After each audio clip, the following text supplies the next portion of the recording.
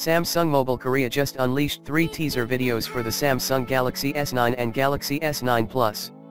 They are short, 15 seconds each, but contain less than subtle hints about the key features of the upcoming flagships. Just like any self-respecting video teaser should do, these all but confirm many of the key features that the Galaxy S9 and Galaxy S9 Plus are wildly expected to have. The first video is all about speed. But pay attention to the end of the video. The second the 9 appears, time slows down to a crawl. That's clearly a reference to a slow-motion camera.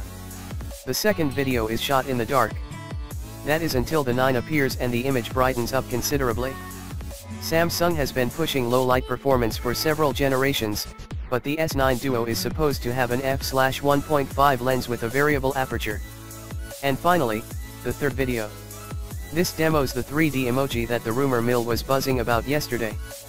We get a distinctly Animoji feel out of it.